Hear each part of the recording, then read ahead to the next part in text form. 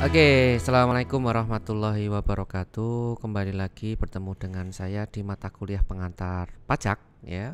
Kita masuk ke materi selanjutnya yaitu tentang bea materai ya. Mungkin teman-teman mahasiswa ya, mungkin belum banyak bahwasanya materai-materai itu ternyata bukan termasuk pajak, tapi pada dasarnya bea materai itu juga termasuk pajak. Nah, akan kita bahas itu ya berkaitan dengan bea materai.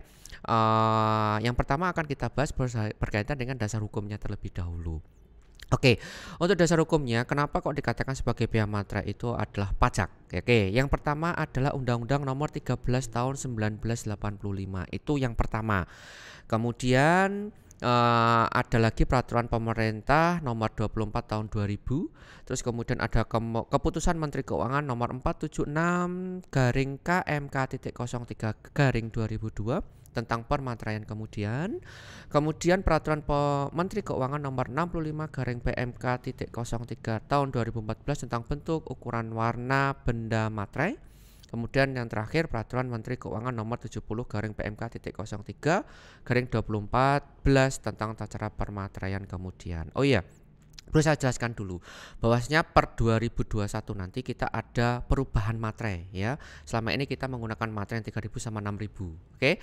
Nah, sekarang ini mau diubah menjadi 10.000. Nah, tapi aturannya belum jelas ya. Nanti untuk dasar hukumnya lebih lanjut nanti kalau misalkan sudah ada perubahan akan saya tambahkan materinya di PPT di kemudian hari ya. Tapi kalau melalui podcast ini yang sudah jelas yaitu peraturan Menteri Keuangan nomor 70 garing PMK.03 garing 2014 tentang tata cara permateraian kemudian. Oke, itu nanti sambil berjalan. Nah, sebelumnya saya akan menjelaskan terlebih dahulu apa yang dikatakan sebagai bea materai. Nah, ini teman-teman juga harus tahu dulu apa yang dikatakan sebagai bea materai. Yang dikatakan sebagai bea materai itu adalah pajak tidak langsung. Jadi sekali lagi bea materai itu masuk kategori pajak, tapi sifatnya tidak langsung. Oke, yang dipungut secara insidental atau sekali dipungut atas dokumen yang disebutkan dalam Undang-Undang Bea Materai. Nah, berdasarkan undang-undang ini yang dikatakan sebagai dokumen. Berdasarkan pasal 1 ayat 2 Undang-Undang Bea Materai, yang dikatakan sebagai dokumen itu ada sebagai berikut. Yang pertama adalah kertas yang berisikan tulisan. Jadi berisikan tulisan itu dikatakan sebagai dokumen. Ini saya cetak tebal.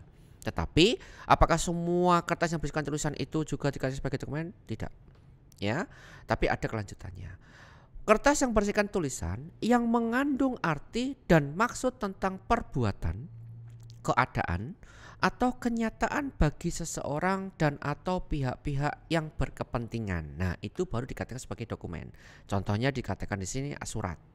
Ya, ada surat kuasa misalkan ya. Dan akta. Ya, akta itu misalkan akta jual beli misalkan. Nah, itu bisa dikatakan sebagai dokumen. Nah, untuk dokumen sendiri ada objek pajaknya. Siapa saja itu? Untuk dokumen objek bea materai yang pertama adalah surat perjanjian. Jadi kalau misalkan ada surat perjanjian biasanya itu harus dibubuhi materai ya. Atau surat-surat lainnya, antara lain surat kuasa, surat hibah, surat pernyataan. Misalkan kalau teman-teman itu buat surat pernyataan seharusnya harus ditempeli materai. Oke. Yang dibuat dengan tujuan untuk digunakan sebagai alat pembuktian mengenai perbuatan, kenyataan atau keadaan yang bersifat perdata. Jadi kalau semuanya tertulis kalau di dalam bahasa hukum itu perdata. Tapi kalau sudah ada tindak lebih lanjut lagi setelah perdata itu pidana biasanya. Tapi kalau ini secara tertulis, maka sifatnya adalah perdata. Kemudian yang kedua, akta-akta notaris termasuk salinannya. Kalau teman-teman itu pas waktu membeli rumah misalkan atau beli tanah biasanya kalau kita itu datang ke notaris untuk akad biasanya itu ada beberapa berkas yang harus ditandatangani. Nah, yang ditandatangani itu biasanya akan ditempeli materai ya, biasanya seperti itu. Kemudian akta-akta yang dibuat oleh PPAT termasuk rangkap-rangkapnya. Nah, ini ada notaris biasanya gandengan ya atau gabung dengan PPAT atau petugas pencatat akte tanah. Kemudian ada surat yang memuat jumlah uang. Contohnya apa? Kwitansi. Ya, itu juga harus dikasih materai. kalau misalkan memuat jumlah uang. Kemudian dokumen yang akan digunakan sebagai alat pembuktian di muka pengadilan. Nah, ini semua dokumen kalau misalkan nanti itu ada bukti-bukti yang digunakan dalam pengadilan itu biasanya harus ditempeli materai. Ya, itu biar lebih kuat dibandingkan tidak ada materainya. Nah, seperti saya katakan di awal tadi, untuk tarifnya itu ada dua untuk saat ini, yaitu yang 3.000 sama 6.000. Tapi sebentar lagi ini mau diubah menjadi 10.000. Ini saya kasihkan terlebih dahulu informasinya biar teman-teman juga tahu, biar nggak ketinggalan bahwasanya sebentar lagi kita ada materai sebesar 10.000. Yang 3.000 6.000 masih dipakai untuk saat ini ya. Untuk aturannya mungkin diberlakukan per 2021. Nah, sekarang kita akan bahas berkaitan dengan masing-masing objek dan tarif. Jadi teman-teman biar tahu 6.000 itu digunakan untuk apa, yang 3.000 digunakan untuk apa. Nah, itu teman-teman juga biar lebih paham. Untuk objek dan tarif, yang pertama adalah untuk tarif 6.000 ya, yang berkaitan dengan objeknya surat perjanjian dan surat-surat lainnya tadi. Ada surat perjanjian, ada surat kuasa ya, atau surat pernyataan tadi, itu ditempelinya sebesar 6.000 ya. Jadi sekali lagi, kalau Anda itu melakukan surat perjanjian ya, misalkan itu surat perjanjian jual beli tadi sudah saya jelaskan, ada sewa menyewa, tukar menukar, pinjam meminjam, utang piutang dan seterusnya, itu harus ditempeli dengan materai 6.000 ya. Sekali lagi seperti itu. Kemudian surat perjanjian dibuat oleh pemerintah RI dengan negara lain, misalkan P3B, bantuan keuangan kerjasama di bidang pemberantasan penyelundupan, akte kelahiran, surat izin usaha, paspor, SIM, STNK, IMP, izin mendirikan bangunan misalkan, itu bukan termasuk objek bea materai. Artinya apa? Artinya tidak diperkenankan untuk diberi materai 6.000. Ya, itu bukan masuk kategori sebagai objek, tapi itu juga dikatakan sebagai dokumen. Tapi tidak masuk kategori sebagai objek bea materai. Itu untuk objek yang pertama, berkaitan dengan surat perjanjian dan surat-surat lainnya. Yang kedua, ya, objek yang kedua berkaitan dengan akte notaris termasuk salinannya, termasuk akte yang dibuat oleh pejabat pembuat akte tanah tadi, PPAT.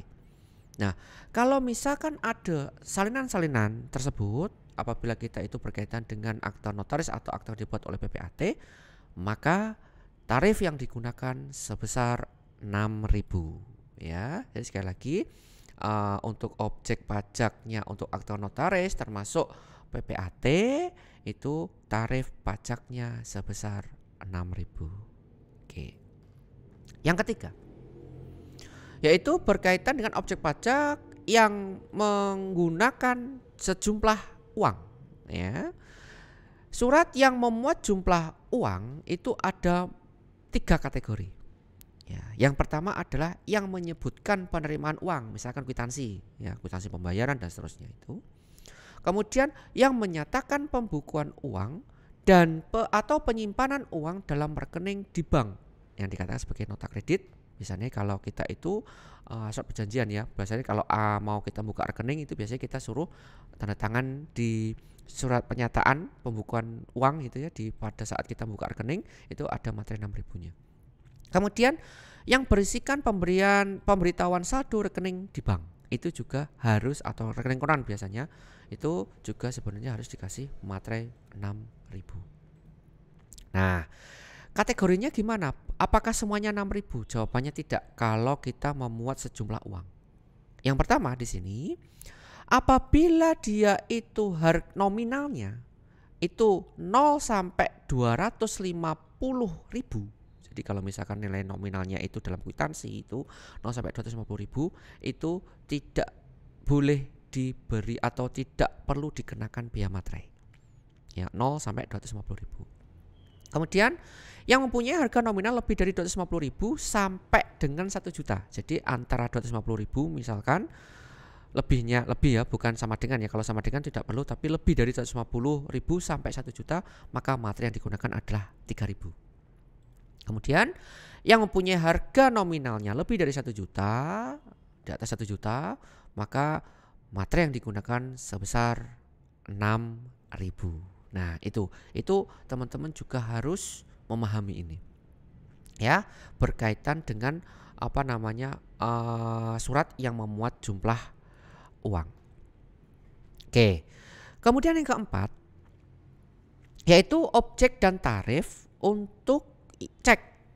Ya, kalau teman-teman sudah pernah melihat cek ya, itu dulu ya, tapi sekarang sudah tidak sering digunakan lagi ya yang dikatakan cek. Kalau cek itu kalau misalkan nominal ya sama ya, kurang dari 1 juta itu menggunakan menggunakan materai sebesar 3.000. Kemudian yang lebih dari 1 juta sama ya, kalau muat uang itu menggunakan lebih dari 1 juta yaitu 6.000. Nah, kemudian selanjutnya yaitu dokumen yang akan digunakan sebagai alat pembuktian di muka pengadilan. Jadi kalau surat-surat yang digunakan sebagai bukti di pengadilan, yang pertama di sini berkaitan dengan surat-surat biasa dan surat-surat kerumah tanggaan yang sebelumnya itu tidak berharga misalkan, kemudian itu dijadikan sebagai pembuktian di depan muka pengadilan, maka harus dikasih materai. Materainya berapa? Sebesar 6.000. Kemudian surat-surat yang semulanya tidak dikenakan biaya materai berdasarkan tujuan, kemudian itu digunakan sebagai alat pembuktian, maka semuanya harus dilampiri materai atau ditempeli materai sebesar 6.000.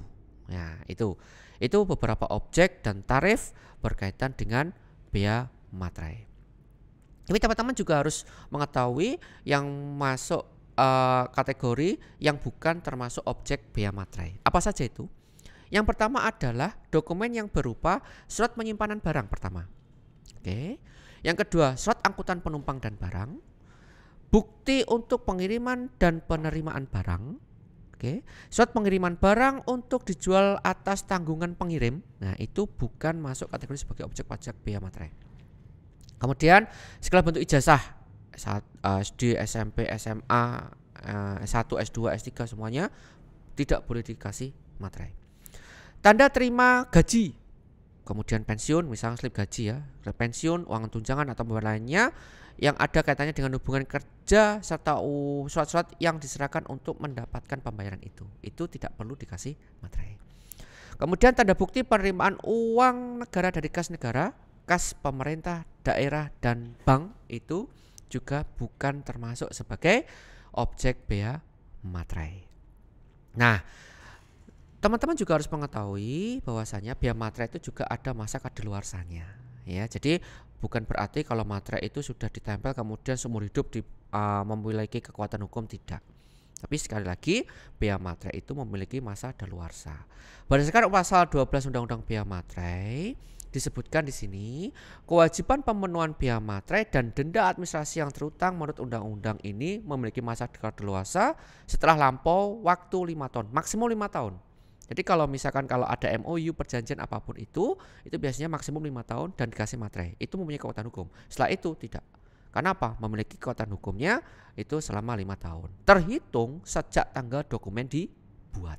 Nah, ini teman-teman juga harus memahami ini. Kenapa bea materai itu juga memiliki namanya masa kadaluarsa. Nah, sanksinya apa? Juga ada sanksinya sebenarnya ya. Untuk sanksi pidana di bea materai itu berdasarkan pasal 14 Undang-Undang Bea Materai, yaitu barang siapa dengan sengaja menggunakan cara lain untuk melakukan pelunasan bea materai atas dokumen atau sebagaimana dimaksud dalam pasal 7 ayat 2 huruf B Undang-Undang Bea Materai tanpa izin Menteri Keuangan, maka dipidana dengan pidana penjara selama-lamanya sebanyak atau selama 7 tahun penjara. Jadi kalau kita itu menyalahgunakan materai, kemudian itu kita masuk pidana, itu hukumannya selama 7 tahun. Itu masuk kategori tindak pidana. Nah, itu sedikit berkaitan dengan materi bea materai. Kalau misalkan masih ada yang belum jelas atau belum paham, silakan ditanyakan di kelas online lewat Google Classroom.